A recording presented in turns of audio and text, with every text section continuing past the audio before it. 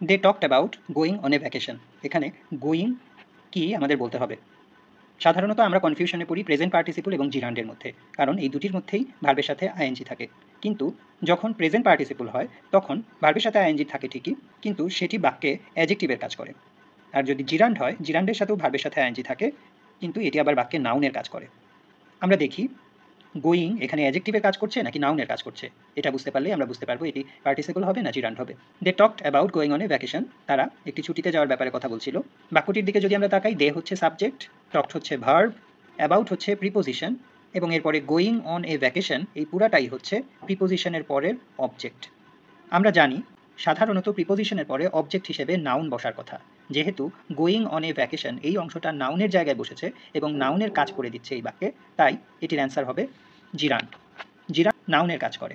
এখানে going on a vacation এটা প্রিপোজিশনের পরে অবজেক্ট হিসেবে বসার কারণে এটি নাউনের মতো কাজ করছে, কারণ নাউনই একমাত্র প্রিপোজিশনের পরে অবজেক্ট আকারে বসতে পারে। সেদিক থেকে বিবেচনা করলে অ্যান্সার হবে জিরান্ড।